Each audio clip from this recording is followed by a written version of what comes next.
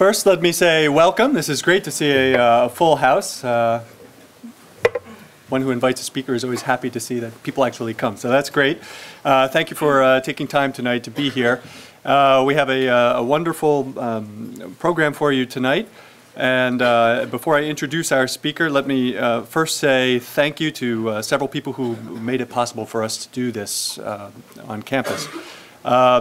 First is the American Center for Oriental Research, a group that for Americans doing archaeology in the Middle East or in the Near East, who provided some funds for us to bring our speaker, Father Paolo, from Syria to the United States.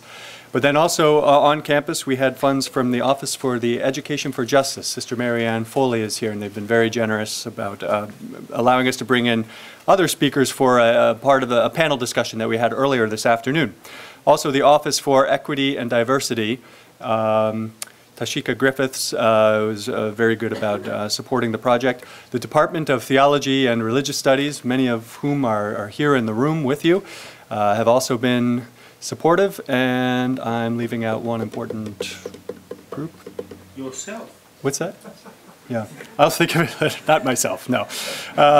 So let me introduce our speaker, and then I'll tell you what we're going to do. Our speaker tonight is Father Paolo Dall'Oglio, who is over here to my left.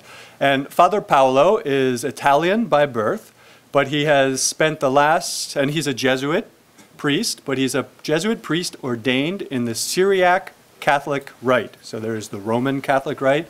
He's ordained in the Syriac Catholic Rite, where the liturgy is celebrated principally in Arabic. And Father Paolo has spent the last 25, 30 years living in Syria, where he has been studying Arabic, but also he has studied Islam very thoroughly.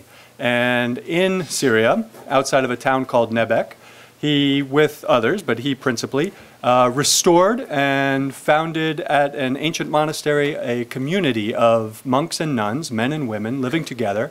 And the spiritual vocation, the project that the monastery takes on, which is called Deir Mar Musa, the monastery of St. Moses the Abyssinian, the project that the monastery takes on is fostering Christian and Muslim dialogue, friendship, harmony, peace, and together they are working for justice in the region and globally, so cooperation generally between Christians and Muslims and trying to find some harmony between the two. Father Paolo has written many articles and a book recently on this topic, and if anybody is interested, you can see me and I can put you in touch with those sources. He has a wonderful website for the monastery, and I can pass all of that out if anybody becomes interested.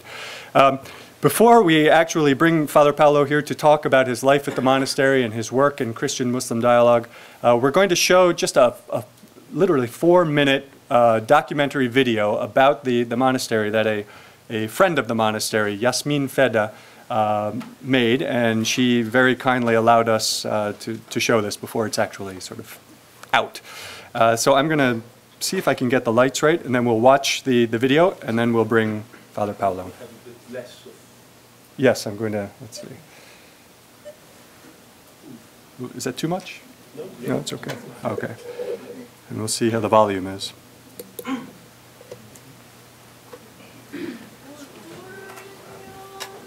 الحوار يبدأ من صميم عندما تبدأ أن تمشي في أرض مجهولة يعيش فيه أخوك وتتعلم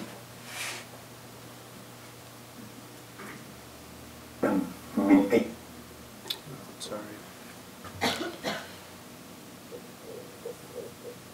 I'm sorry, let me try one more.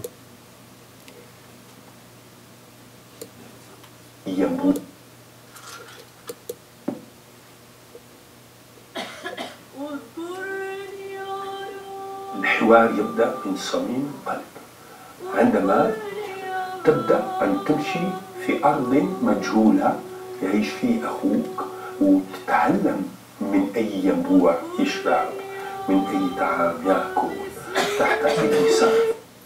Oh, I'm sorry.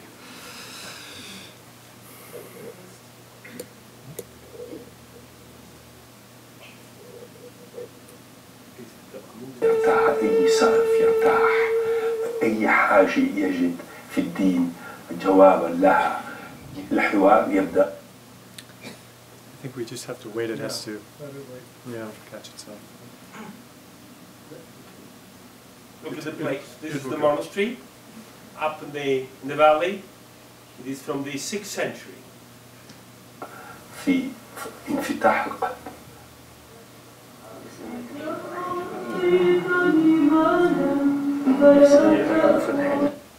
This church is from the 11th century. Frescoes are from the 11th and 13th century.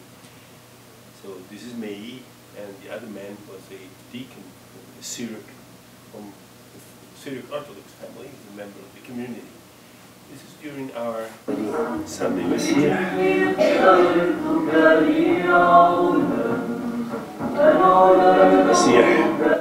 You have seen that I gave communion to a very little child, because in our Oriental communities, the children receive communion together with baptism. So they come, 2 years old, they come to have communion.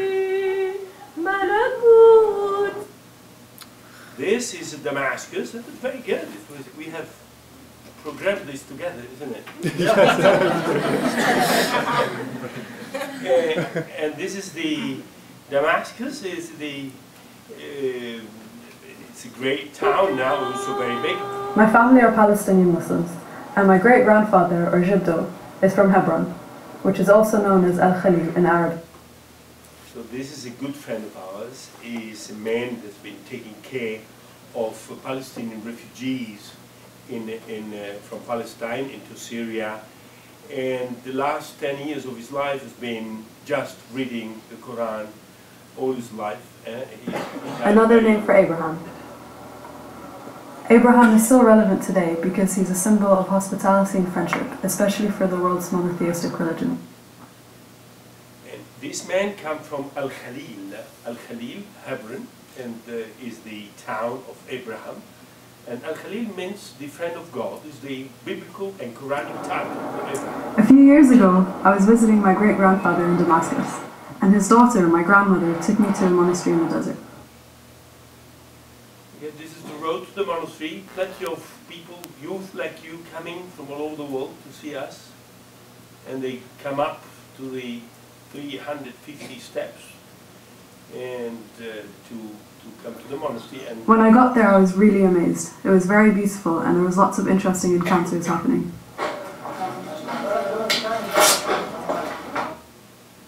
You see, people leave their shoes at the door of the church, and this is certainly an Islamic way of doing things, but is also traditionally Oriental Christian as well. So it's not just imitated. دعوتنا الأولية هي الصلاة والدعاء. This is rather Buddhist. الأولوية التالية. Okay, this is a Bismillah. Is a basmala is the name of God in the form of a dove on the side of the church where Muslim can pray, facing Mecca. هي العمل اليدوي. الأولوية الثالثة اللي هي الاستقبال المجاني والضيافة. Okay, he's just welcoming youth and telling them what the monastery is for, and having the three priorities: prayer and work, manual work, and hospitality. إبراهيمية. هلا عندنا أفق اللي هو دعوتنا من أجل الحوار، من أجل التناغم. So, yeah, the community is created for the service of Islamic Christian harmony building. This is we use this more than dialogue. مع أخوتنا المسلمين. Looks about speeches. احنا بشركتنا بهالدير من اي الدعوه بيقولوا انه these two men are Muslim and they are in the staff of the monastery working. Muhammad is also staff. من الديار نحن حبينا نساهم هالشيء.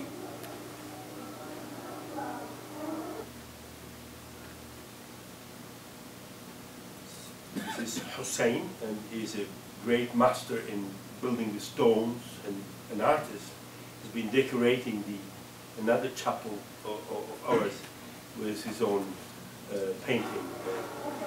He's very good in Arabic scripture, artistic scripture and calligraphy. نحن إن شاء الله بيعمر بيت لله.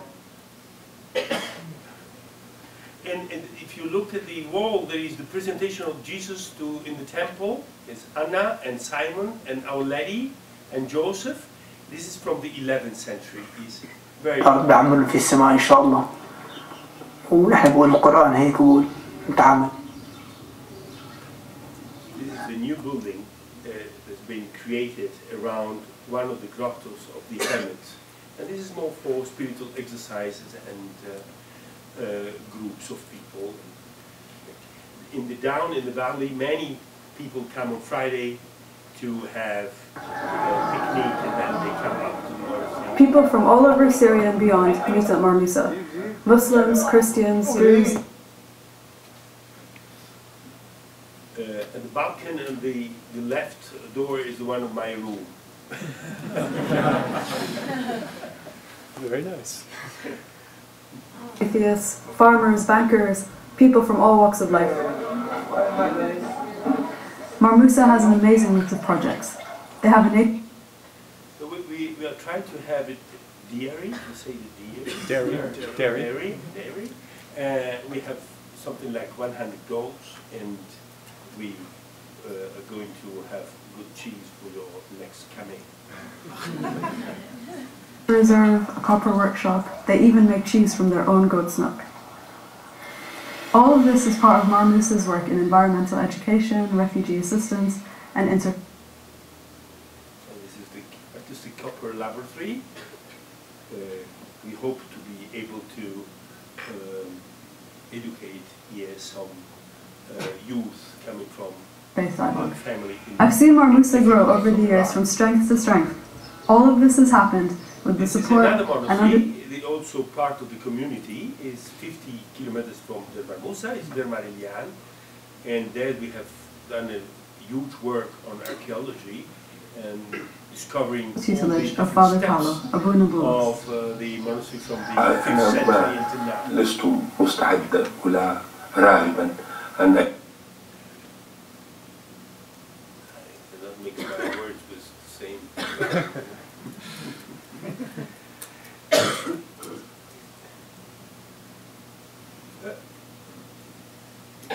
نعيش في عالم لا يضع الضيافة، الشركة، الأخوة، التضامن في محور الحياة الاجتماعية.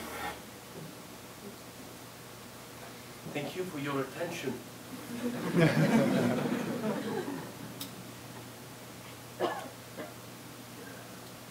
It was so much defined, the definition is too strong. Jiddo sadly passed away in Have another August one. I'll try to- 2010. Just a moment. He now lies buried in a graveyard near the old city walls of Damascus. So this is the outside of the Damascus Umayyad Mosque, and one of the main Sunni mosques in the world, and with Roman rests. It was my family's wish to leave my great-grandfather's Quran to Mar Musa. We wanted So this is the Quran of this grandfather of Yasmin. Yasmin, she has studied filmed anthropology in Manchester, and now she's making a doctorate in also filmed to do this as a anthropology. mark of respect to Mar Musa's ongoing work in dialogue. And Mar Musa Yasmin has is shown me from that dialogue is Palestinian a natural origin. human instinct, and one that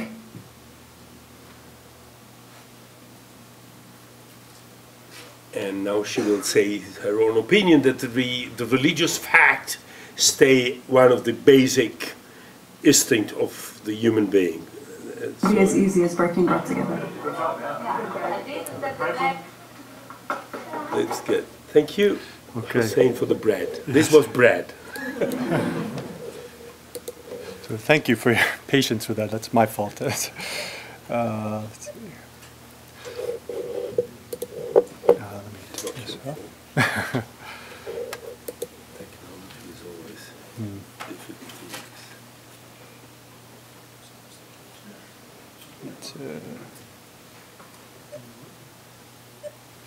Okay, so could you please help me to welcome Father Paolo?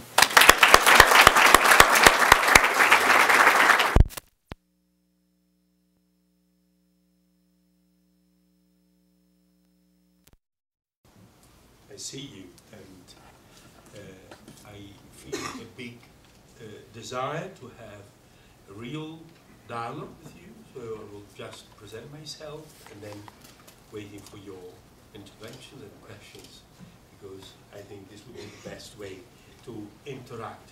You have now some images in your mind about the place I am living for the last 20 years plus 10 years of part-time, and about the community and the landscape. So I apologize for my it's a limping one, but whatever.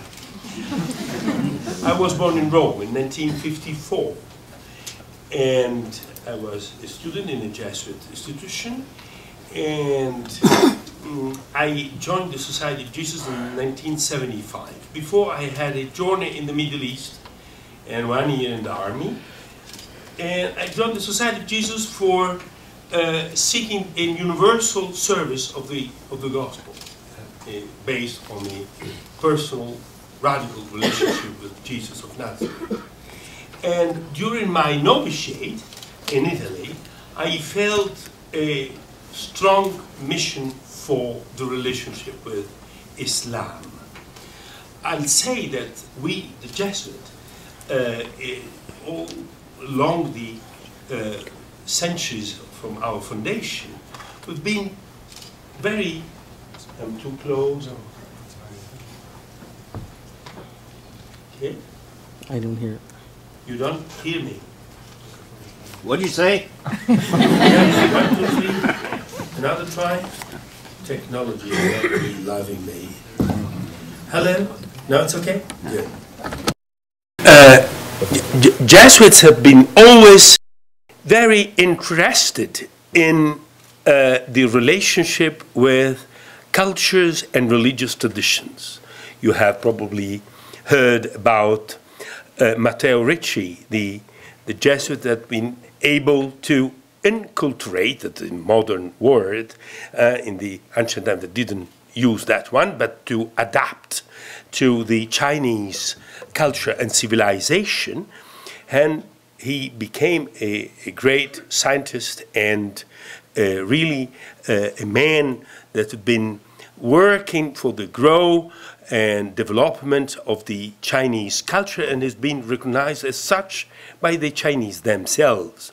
So this has been done also in India and in other parts of the world.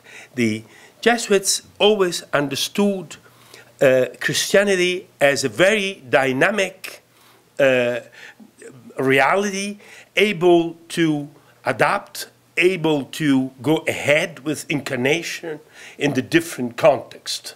One context would be the youth of Scranton, you know, and how to find the ways to speak with you and to understand each other. It's a typical Jesuit challenge, let's say. I don't know how good we are in those times, in those days. Anyway, so for me, this was the challenge. The church will face, I'm speaking from that time, in the coming years, a big challenge with the Islamic community, the Islamic Ummah, the Islamic civilization. And I proposed to my superiors in that time, the big Father Arupe, the great general father in that time, that I wanted to offer my life to help the church, the Catholic Church, to express love, consideration, dialogue with the Islamic community. That's why, still 23, I was sent to Lebanon. It was during the civil war of Lebanon to study Arabic and to get ready for that challenge.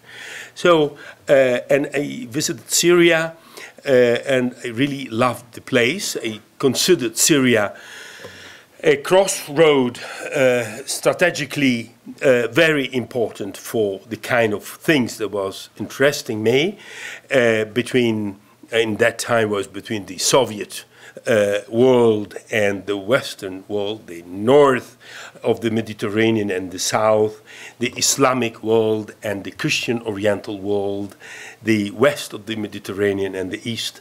And so Syria looked to me really the place to embody those desires of mine. And in 1982, a bit worried for the future of Christianity in Syria, for the future of church, because so many youth were going away and expatriating and leaving Syria. And there is a big saying in Syria, you know, Simon the Stylite. You know what is a stylite? He's a man living on his column. And Simon the Stylite was 40 years on the top of a column. So I came to him and said, Simon, you are high enough up there. You mind to show to me good horizon and perspectives for the future of our apostolic commitment, of apostolic work for Syria. And then I came in 82 to visit this place. The monastery was completely ruined. There was only animals. And I stayed there 10 days waiting for this vision about priorities. And the 3 priorities have been set by Brother Boutros, the contemplative life. Contemplative life, a life of prayer, does not mean that you fill your day with repeating formulas. Does even not mean that you try to be concentrated on one point all the time. It is a priority of union with God for a Christian in Jesus, through Jesus, in an absolute absence of goals and aims out of that relationship itself. No other goals, no other aims, no other ends. That the relationship itself. It is like having Coca-Cola with your beloved, with two straws in the same box, and without thinking about anything else than the other's eyes. And so we are not anymore really worried what Islam will do in the world for the coming generations and what will happen with the church having so few kids, and what to do with the lack of vocations, and what to do with the end of religious orders and such. Is the eyes of the others. This is enough. And all the rest of the world come just flowing freely, for free. And what it flows an interest for the world, an interest for the ancient monks. They enjoyed the desert. The desert is a very interesting environment. But today we need to be in charge of the desert. We are monks in charge of our environment, and so we should assume a responsibility to keep the environment, to rehabilitate the environment, to make of it a real space of life. So this is the manual work in the new, more deep responsibility dimension. And third, hospitality. The value of the other that you have discovered in the contemplative attitude is now the other coming to you. Louis Massignon used to say, the Judaism has 10 commandments, and Christianity has 2 commandments, love of God and others. And Muslim religion has altogether only one commandment, hospitality, receiving God in your guest, receiving your guest in God. And this is the Abrahamic attitude. Abraham has been the hero of hospitality. in two dimensions. One, you remember, when he received the 3 strangers at the oak of Mamre, and he was so really humbly hospitable, and also when he was that great host, you say host? Yes, the one receiving. Yeah, host, and in his prayer, praying for the sinful town, and having a quarrel with God, a deep dialogue with God about which should be the conditions to save that sinful town from destruction. And so Abraham in prayer and acts is the great example for hospitality, celebrated by Jesus himself as such. So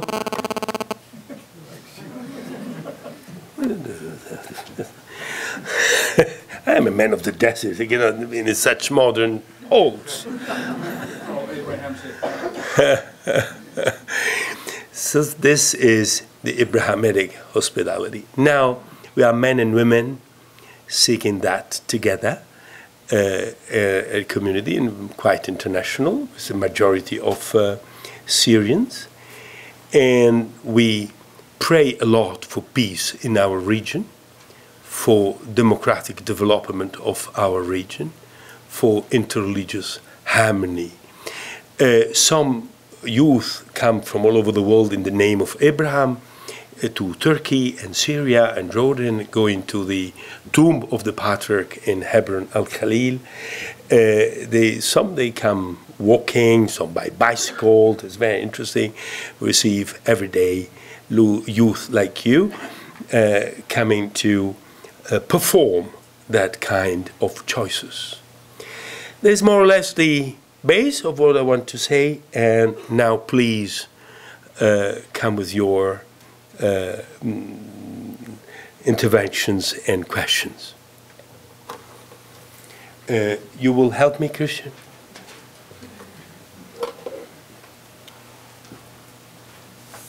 Who's brave enough to start? Father Leo. There is this girl first, Father Leo. Oh, sorry. Yeah. Please.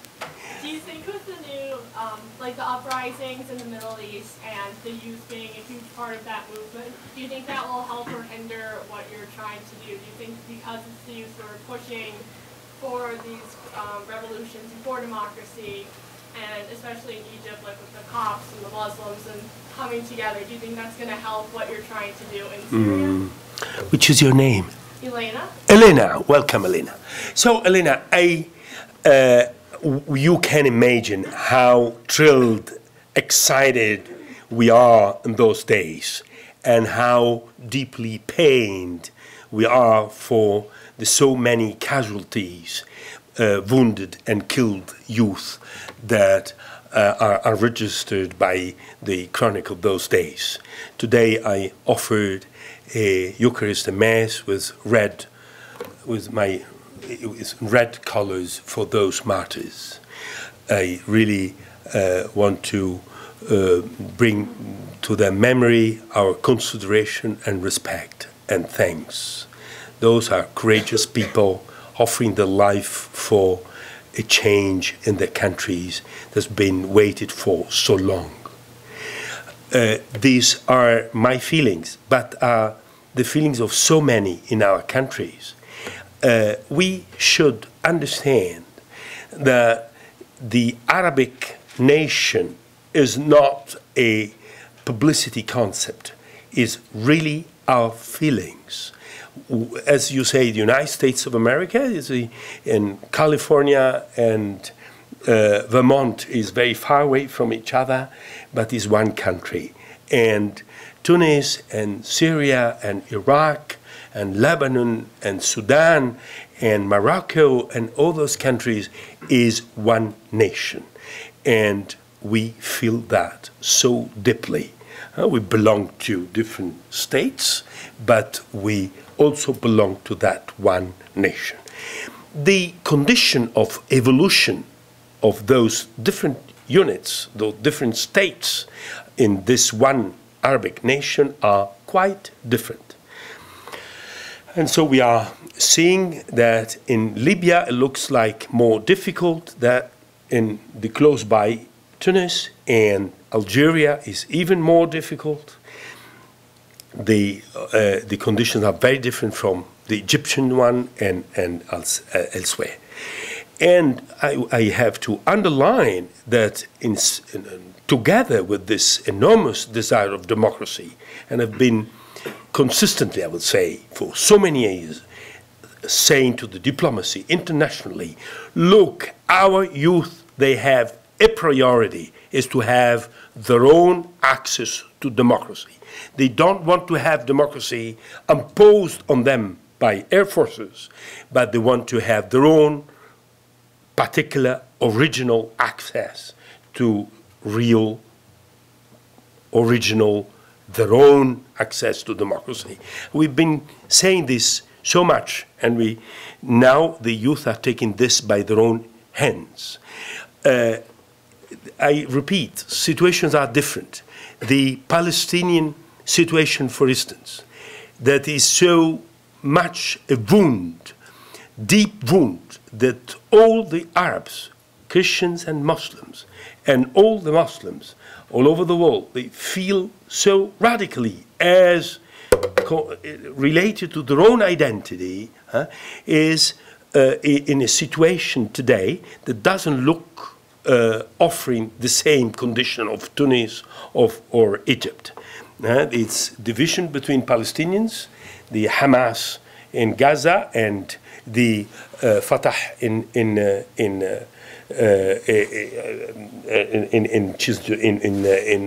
West Bank, and these are difficult. We need the unity of the Palestinian people if we want to have access to that kind of democracy. They had free elections, and many Western organizations have been looking for to have fair elections and transparency during the last Palestinian elections. And then Hamas won the elections, and the West gave up with democracy. No more democracy for the Palestinians. This is not so fair so far. In Syria, the conditions are once again quite different. It's a change like the one in Egypt is not to come in Syria, as much as I understand the conditions. There is a consensus in Syria to avoid civil war, and the risk of civil war in Syria is very high. That's why the large, let's say, the large majority of the population, more or less willingly, they agree that we need a step-by-step change toward democracy in harmony, interethnic, interreligious harmony. The change that happened in Egypt is a good promise, and nevertheless, with the terrible attack of the first day of the year in Alexandria, when many have been killed in that attack, the Coptic youth said, enough is enough. Not to have democracy in order to fight Islamic extremism, and then to have Islamic extremism is not correct. So they went on in the street, Muslims and Christians together, asking for democracy and a change in the regime. I think that together with the Tunis change, this change of attitude of Christians in Egypt has been one essential element of the revolution that happened in the weeks after that. It's also pitiful to say that sometimes the high hierarchy of the church has been into the last day solidarity with Mr. Mubarak, and your youth out of the churches have been in the street with their Muslim classmate. Is a big hope. This will be different perhaps from the secular democracy we imagine, this would be Arabic, Islamic, Christian, Egyptian democracy. Let's hope and pray for that. Leo, please. A question about Syria. Yeah. The Alawite sect, for one of a better term, the official sect of Islam in Syria, the religion of Bashar al-Assad, his father Hafez al-Assad. What is your relationship at Mar Musa, Deir Mar Musa, with the Alawites? Is that sect predominant where you are? And what is your relationship? Could you explain a little bit about this? This is not the class board, otherwise I will describe it. But anyway, if we take all of this as Syria and Lebanon here and Palestine down here and Israel, the Alawites are a group that is very much present in the northwest of Syria on the Mediterranean coast. The Syrian population is largely Sunni. They have 70% of Sunni people and perhaps 10% of Alawites. Alawites, I don't like this term sects, but anyway, it's an Islamic confession, and it's Shiite, a particular kind of Shiism, and they are present in Turkey and Syria. They have been present during the French mandate very much in the army as a kind of self-promotion for the families, and has been able to participate in the revolutionary process in Syria after the end of the mandate, and by the 70s have been in the core of the military power having responsibility for the government of Syria, and represented by the big president Hafez al-Assad. So there is also a party, there is the Ba'ath, the party that represent somehow another dimension, the ideological revolutionary dimension of the Syrian trend. So there is two elements there. And the consensus in Syria, the large consensus, is given by a commitment to the value of the unity of the nation, to the value of the Arabic ideal and dream, to the necessity to resist to the fact of the Israeli occupation of one part of the national territory, and to aim economic and social development in the country. So this is what creates the consensus. Obviously, there is a big desire of political evolution, especially with the youth, and the dynamic is a little back and forth according to the general conditions.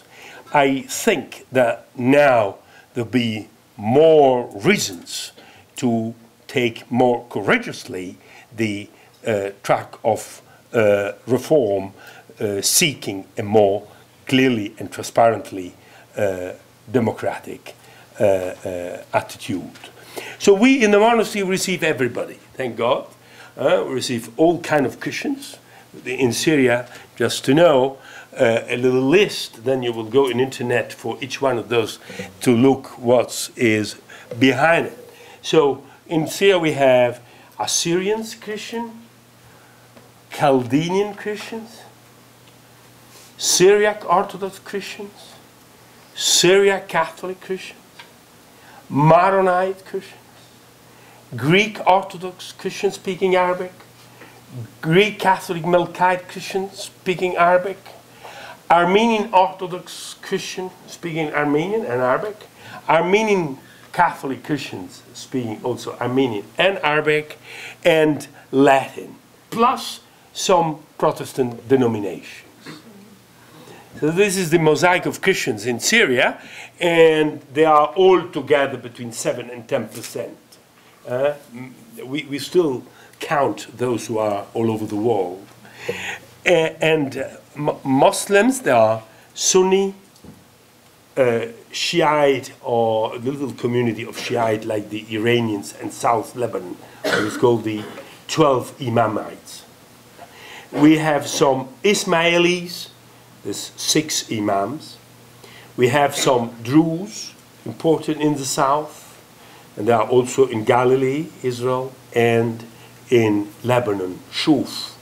So the 3 places for the main places for the Druze. And we have the Alawites, I said, and then we have some Yazidis. Yazidis are a Gnostic,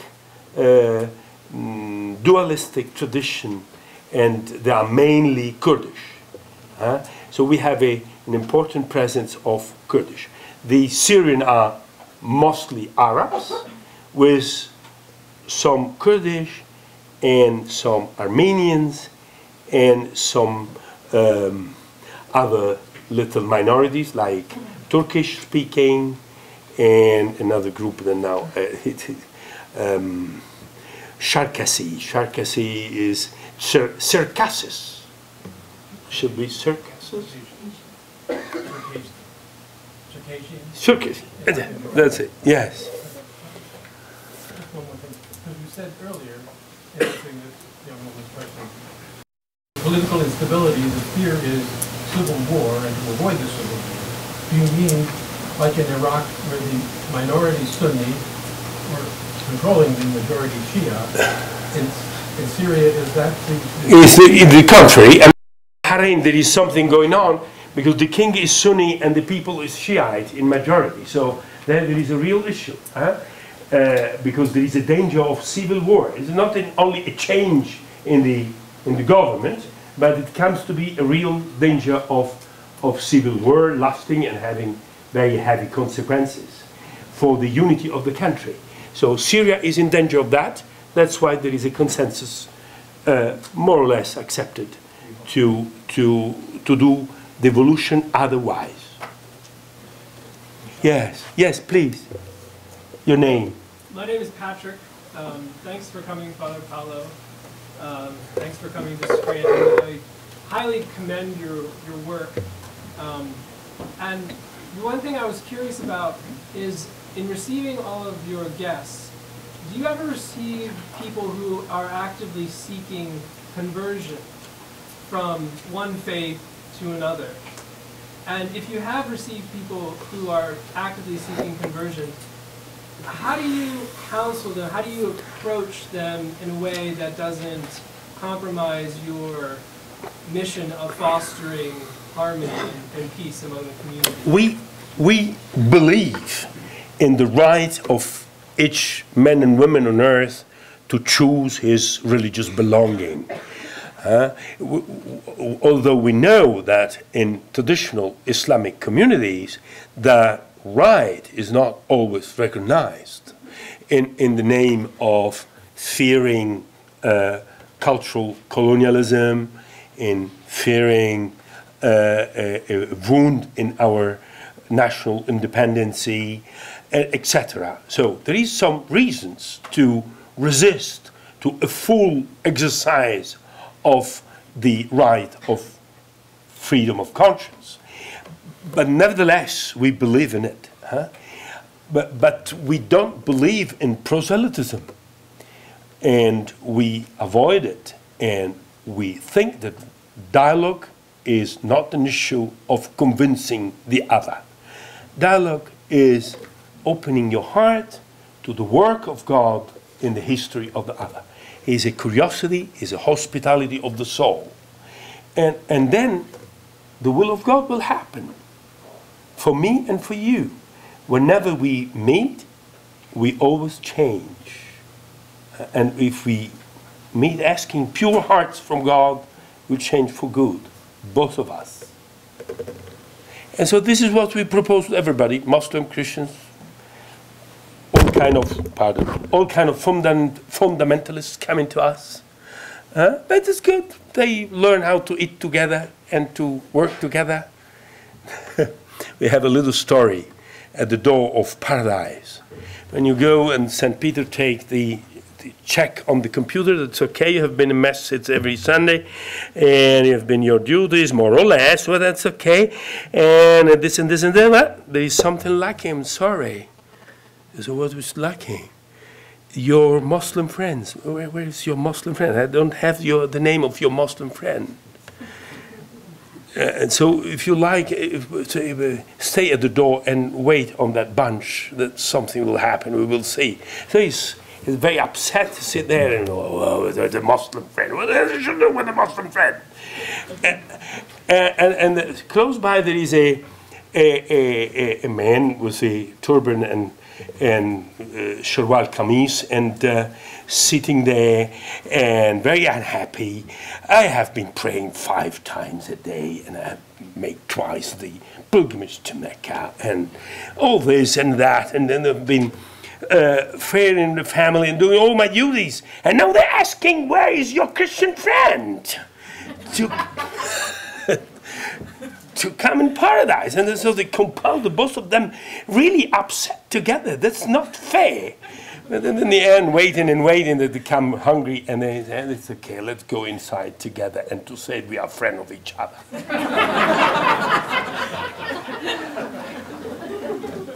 Next.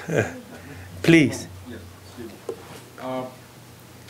even before World War II, right, you can travel easily without too much hindrance from Jerusalem to Damascus. Yes. And in the past 60 years, because of the conflict and all that. Yes. And what do you think, for the next 50 years, you think will be open up the whole area instead of just nothing but trouble and warfare and all that? It's up to us. It's up to all of us. If we pray, if we have strong desires of peace, if we do something for peace, Jerusalem will be the town of our common faith, town of our common hope, the symbol of a future of justice for the entire humanity. Otherwise, it will be the place of our common failure, the place of our common disaster. That's what it is now. And we should assume again and propose to those youth to assume responsibility for the peace of Jerusalem. And Jerusalem cannot be in peace without justice. And justice can never happen without forgiveness. And forgiveness cannot happen without recognizing our faults. And we need conversion to each other in order to share together the Jerusalem as the homeland of our hopes. And it is not impossible. Look at those youths changing the unchangeable. They can do it. And they fresh hearts, fresh minds. They can learn how to live together. They will do it. I'm interested in hearing what kind of dialogues you're having within the community. Do you have a specific way that, like an institution where you formally come together to speak, or is it a more organic, happenstance type situation? And then thirdly, are there any books or resources that you have found influential in your own thinking about the other? And This I didn't get it. The third. Repeat the third point. Are there any books or resources? Books, okay. That have helped? Yes. Okay. So, for the first point, we receive Muslims in the monastery and we go to visit them. So we go sometimes to visit some Muslim schools and centers or some Sufi tariqas, and we stay in relationship with them. But the big job is to receive families every day, and especially Friday afternoon. The monastic life and the monasteries have been recognized from the time of the Prophet Muhammad sallallahu alaihi wasallam as a spiritual place for the Muslims as well as the Christians. So the Muslim that visits the monastery visits the holy place. The monastic life and the monastery is part of the symbolic world of Islam, especially in our Arabic East. So this is, and then this became televisions coming and speaking with us. We are often in Arabic televisions, and we're planning to have a kind of dialogue reality TV, or and then we have some special days dedicated to conferences and to reflection, and we have printed some books, and I gave it to Christian for your library. So one important reference to our spirituality is Louis Massignon. He was very important French scholar in Sufism, a disciple of Charles de Foucault, and a Catholic in love of Islam all his life, and solely a big source of inspiration for us. There is many others, but this is the one that came now to my mind, and this is also why we are in relationship. You're studying this man, yes. So please, yeah, you have been. Yeah. Well, I wanted to let my student in first. Yes. Over here. Yes, please. Your name? I'm Marvisa. Marvisa. Yes.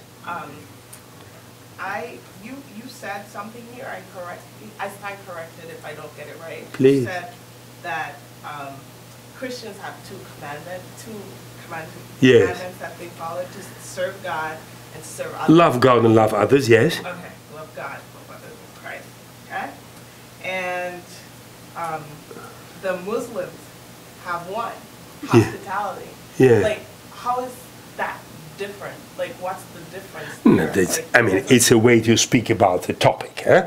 The Muslim wrote a long letter to the Pope, 138 Muslim scholars. They wrote a long letter to the Pope of this unhappy conference of Ratisbon, where, I mean, it was not so successful, and must have been quite wounded in their feelings. Certainly the intention of the Pope was certainly not the one of saying something unfair to the Muslims, but the effect was there. And the Muslims wrote a letter to the Pope saying, come to a common wall, come to a common word between us and you. It's a verse of the Quran, that we believe in God and his apostles. The Muslims ask the Pope to recognize together, Muslims and Christians, the principle of loving God and loving others. And then this was the new deal. After the speech of the Pope, one Muslim friend called me in the telephone. Did you hear what the Pope said? No, I didn't. He said this, this, and this. And this is how attention now we have always to remember that we speak in front of the wall. Now, I'm speaking with you, but God knows, tomorrow I will be in YouTube. So I have to pay attention what to say, you know. And so my Muslim friend said, you said this and this and this. What do you think? I said, I think that this is a good base for the larger, deeper discussion. And this is what happened. Because then, on the base of this 138 Muslims letter, there have been a improvement and deepening of the interreligious Islamic Christian dialogue. So what I've said is that hospitality is a very important central capital value for Muslims. And it means in once love of God and love of others. Because the other is the presence of God for me now. I should be the welcoming of God for him. Between us is the happening of God for us. This is the spiritual mystery of hospitality, the sacrament of hospitality. Yes? Yes, please. I really do have a question of my own. Can you say something about how your contact with Islam and your love of Islam has changed your religious stance before God? Thank you for the question. Now the answer is not an easy one. So I will tell you, Muslims have been teaching to me first to recover the existential reality of the relationship with the one God. As a Christian, a Western Christian, we have sacraments and Jesus, and we stay between us. It beats secularized faith, with very social priorities, and God Almighty.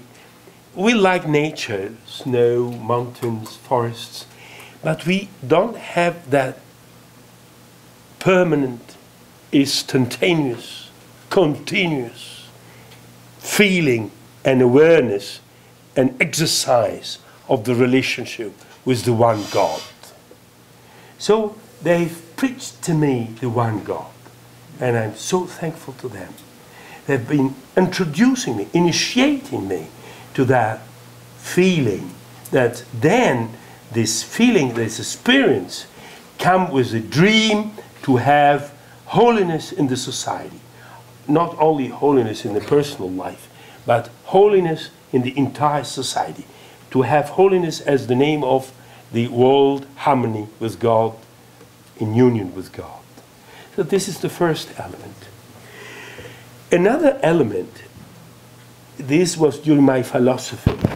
I studied the will of God and the will of human being in the Islamic tradition. And this helped me to understand in a different way the autonomy of the human being.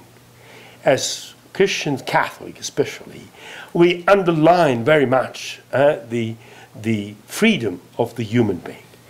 And Islam, they have, generally speaking, another attitude, another point of view, the will of God as first and last. So your freedom is useless and empty of meaning if is not in a deep communion of obedience with the will of God. And even paradox of Islam, even your freedom is a happening of the will of God. And there is something to be understood in a very mystic way, that your will is really a free will when is a happening of the free will of love of God himself. And you grow in freedom as much as you grow in communion. And this, the challenging of Islam has been important for me at that level. I think for now is enough. Yes, please. You say when it's enough, huh? I've heard that different Muslims have a special devotion or honor the Blessed Mother in a way that's almost similar to the way Catholics do.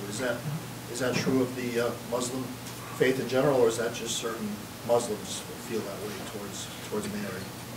Yes, Mary is loved, visited, respected, somehow venerated by Muslims. And that's why John Paul II, coming to Damascus, he citated a verse of the Quran in his speech, Sayyidat Nisa al-Alameen.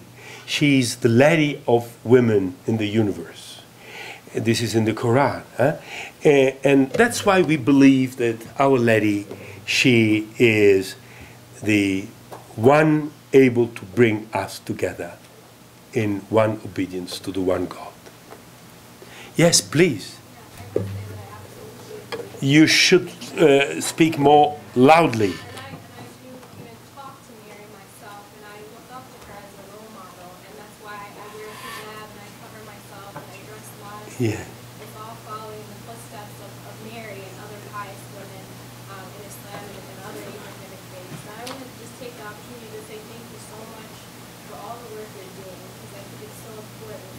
And especially as a Muslim woman growing up in this country, I've learned so much about how important it is for us to get together and all learn from each other and create interfaith dialogue. And I was wondering if you have any advice for us how we can do that on a smaller level, maybe not as big as a monastery, but what can we do to increase interfaith dialogue? First, I want to say I'm touched by what you're saying, and it is not easy for me in my first visit in Scranton to say anything to you as a community of youth. I do believe that youth have enormous energy of changing, enormous capacity of faithfulness.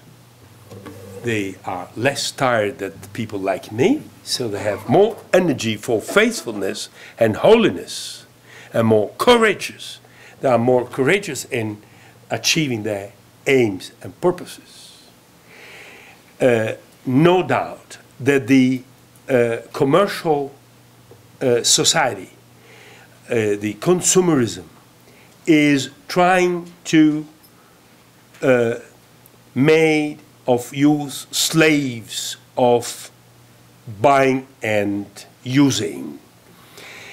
And so trying to make your generation a slave of desires, very often just material desires. So there is a freedom to be achieved through ascesis. Asceticism is not against life, is to keep and develop life. Asceticism is a way to respect yourself and others. You are worthy of that and you are able of that. But for this you need the mystic experience that is able to offer to your hearts that vision, that deep experience that opened the way to something else than being slave of consumerism. Yes, please. In reference to a question about what can be done locally to foster Islamic Christian dialogue, Marywood University has a group of graduate students from Turkey Yes. who have been promoting Islamic Christian dialogue, Islamic Christian Jewish dialogue. They bring in occasionally speakers, and in fact, sometimes they have a Christian and a Muslim speaking on the same topic. For example, we had last year a talk with one woman, Christian woman, a nun, who spoke on Mary, and the Islamic counterpart, a Muslim, spoke also on Mary in the Quran. So we've been promoting, Marywood has been promoting this through these graduate students from Turkey. So I think that's one way. I would not react specifically. I just encourage to go ahead with those very important initiatives. But looking at a university like yours, where you put an inspiration that an Ignatian, Catholic, Universalistic, Jesuit inspiration, and bringing together youth of so many traditions, I see a challenge, an occasion, marvelous occasion of assuming responsibility. Many of those youth, they have roots, family roots in different countries. And by religion, we are all belonging to Palestine, Israel, the Middle East, symbolically is the homeland of many of us. So I think that a university can be a place where an assumption of political responsibility through dialogue and harmony building can be aimed and achieved. This is my feeling. A lot can be done. And you cannot be American without assuming the responsibility of your country. Your country has assumed very heavy responsibility, willing to be the superpower in the world, and this has brought some very heavy difficulties to people, Iraq, Afghanistan mainly, but other also. Obviously, I don't think that all the black is on one side and all the white is on the other side. It's not my way of thinking, but it's my way of thinking that you should be democratically responsible for the democratic happiness of your classmate in other parts of the world. To exercise that responsibility, to work for global democracy in real pluralism. And internet and all these stories can help a lot. Habib, sorry, this man. Yes. I just want to go back in time about 30 years ago when you were a young man contemplating life. What attracted you to Islam? And how did that grow into a love that you call love? And what are you in love with in Islam? I mean, you spoke about it, but perhaps... Yeah, I mean, the first image that came to my mind hearing you is when I first came to the Middle East and discovered that the world was not only Christian. It was very simple as that. And this for me was I knew that, but I didn't feel about that. So I started to feel about that. And so far, my idea of Christian universalism changed into the service of the harmony in the world between different cultures and religion. And I was brought to think that Islam will be the enormous vis-a-vis, the other one for Christians in the next century, this one. And I think I was right. Yes, please. My name is Frank. Frank. A number of years ago, I was in Jerusalem. Yes. And someone reminded me of a quote that Teddy Pollock was born in Philadelphia in the United States, but he was the mayor of Jerusalem. And he said every man has two cities, his own and Jerusalem. Yeah. And it's a very unique place on earth that we all would know. But one of the things that really impressed me was I was stumbling around because I wasn't on a tour of any sort, and I walked into this shrine, and it was a shrine to Mary. Now there's a number of beliefs in terms of where Mary died. Yeah. But one of them is Jerusalem. Yes. So here is a shrine run by Orthodox monks, and both Catholics, Christians, and Muslims were there venerating Mary at the same time. And it's sort of come to me that, you know, it is through Mother Mary, through Mary, the mother of Jesus, the mother of Isa, that we will eventually try and somehow reconcile in what seems to be a almost hopelessly reconcilable world. I mean, either you believe that Jesus was the Son of God, or you don't. He was just a man. Or either you believe that he was crucified, died, and was buried, or you believe that someone else was crucified in his place. And I find those things intellectually very difficult to get around. But I am inspired by what you said this afternoon in terms of that experience of the divine that we all seek and that we all try to share with one another somehow will transcend the craziness. This daughter of Israel, Mary of Nazareth, celebrated by the Oriental churches as the soul larger than the universe. And we should ask this grace to have souls larger and larger, because the human person is really chosen by God as in a universe in himself. Each one of us has as precious to God's eyes that the entire universe. She will help us to deep this mystery and to achieve it. Yep, please. after studying both religions, would you say that the two have more in common more than they're different, or would you say that they're different more than they have? Very good. We need both tracks. We need to discover all what is in common, otherwise we will not understand each other. We will not have any common language. So we will develop a common language in order to offer to each other what we have of differences. Because it's in the differences that house richness. What is precious is to be shared and not so much to be mixed.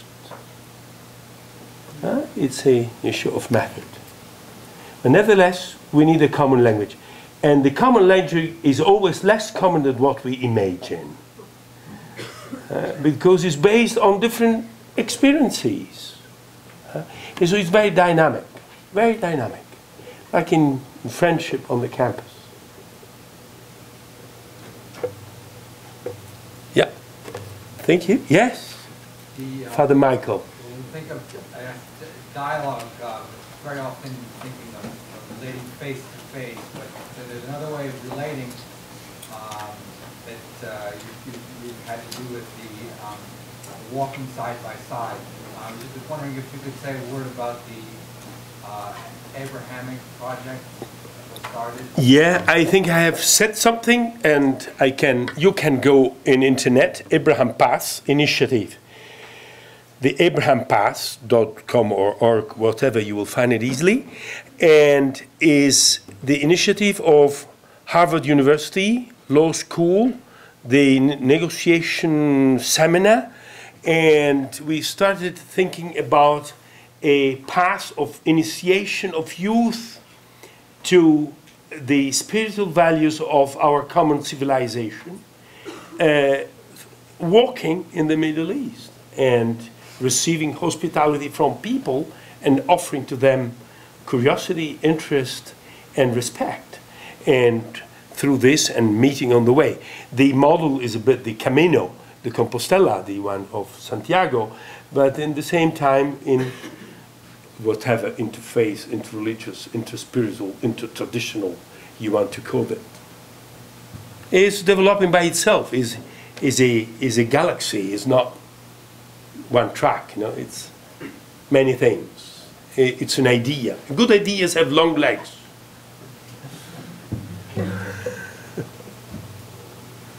Okay. Yes, please. It's okay, Carol. I'm just listening to you all day today, and you mentioned culture being so important. And I find it fascinating that as a Jesuit from Italy, you basically started a Syriac monastery. Yeah. But it is, more I hear you, the culture is, in the Oriental Church and the Muslim, it's the same culture. When you talk about a Muslim understanding, it sounds so familiar to me. I mean, it just... Yes, yes. But I mean, you chose that, or why did you go Syriac? Why did I go Syriac? The question is, looks a bit strange for many of us. Huh? So we have in the first century's church different ritual, cultural celebration traditions. So the church altogether come from the prayer of the synagogue, and then come in touch with other traditions. The Greek tradition, the Armenian tradition, the Coptic Egyptian tradition, the Syriac tradition. The Syriac tradition has in common with the first church the language, the language of Jesus himself, the Aramaic language. So it's somehow very close, it's the first element, to the first church celebration. Nevertheless, the Syriac were of Jewish origin and pagan, in inverted commas, origins, so non-biblical traditions. And the first church was a very rural, countryside-centered community, not for the big town, although Antiochia will be the capital of that. But Antiochia was as well Byzantine, was Greek. Huh? So why did I choose the Syriac? Because it's very Semitic. It goes with a common, deep cultural stream between Bible and Quran. It is the one of the people of our land, of our rural areas. And the last element, it never was the culture of an empire. Nor the Latin Empire, nor the Byzantine Empire. Just a local church, never in power.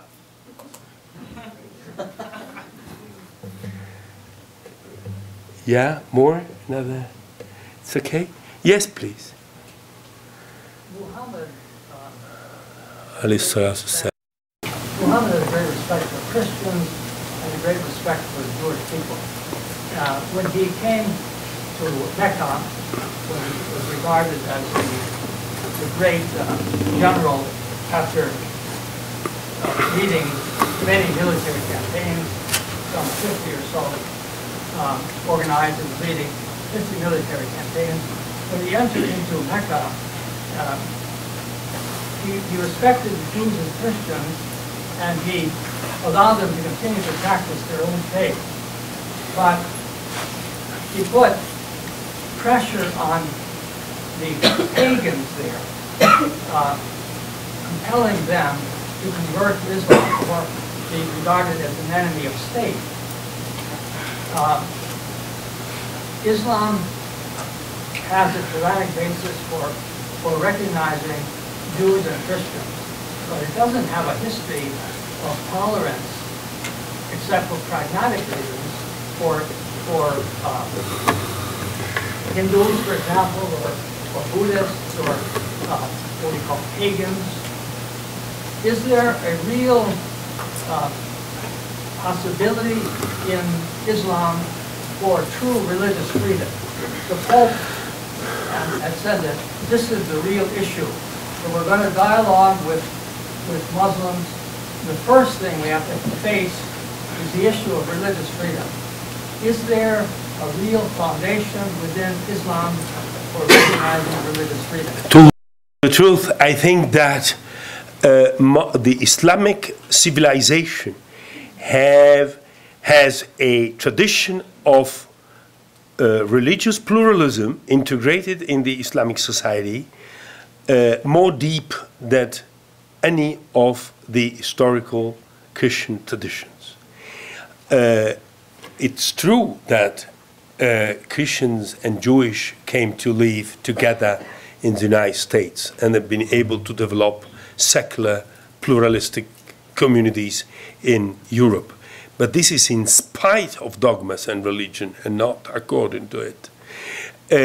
My friend Salahuddin will explain this to you. In the previous conference, he said very well that there is a base for inter-religious, intercultural harmony on the base of what he called the Adam brotherhood, brotherhood in Adam, brotherhood in humanity.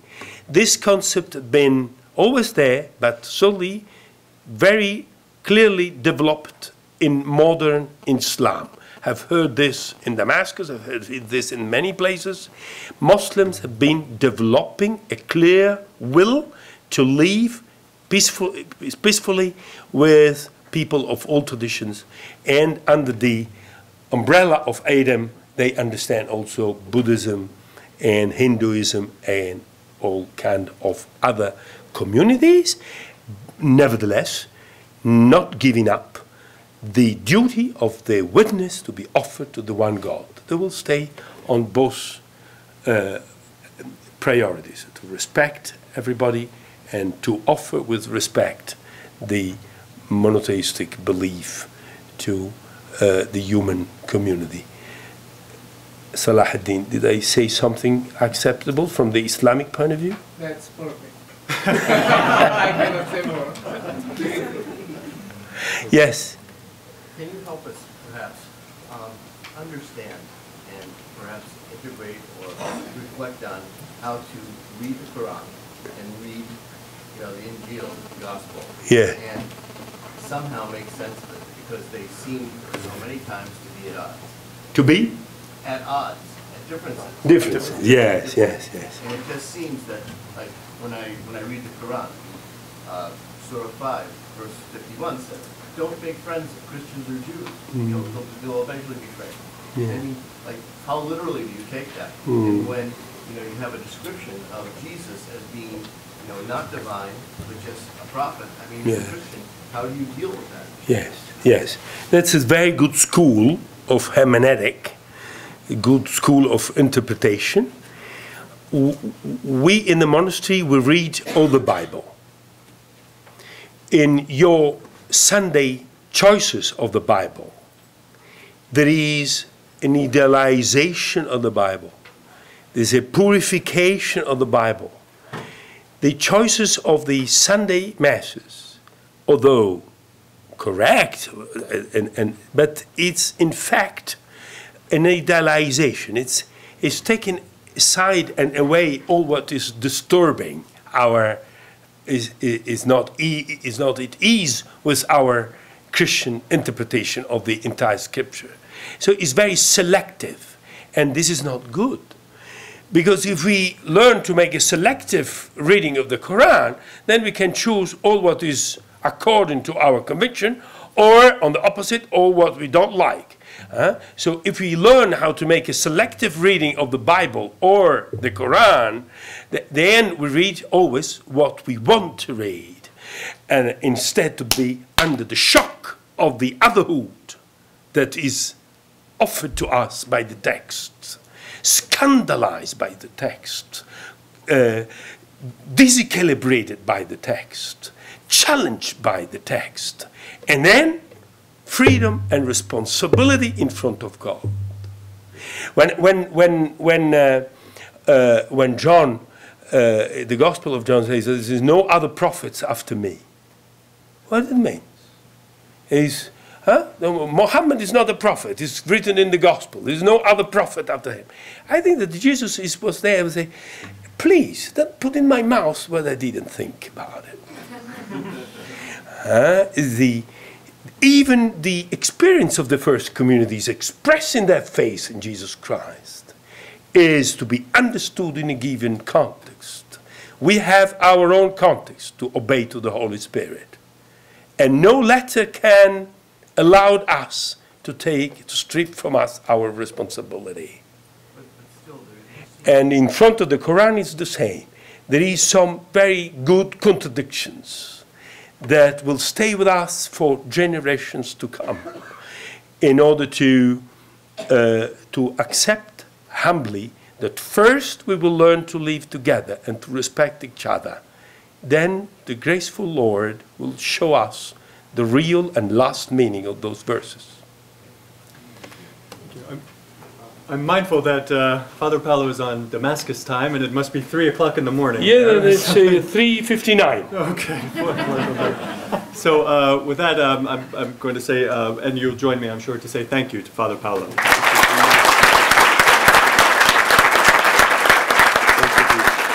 You're all welcome, obviously. Syria is very welcoming people from all over the world, and people from the United States have received very well in Syria, and you can come to our place without any danger of any kind. Thank you.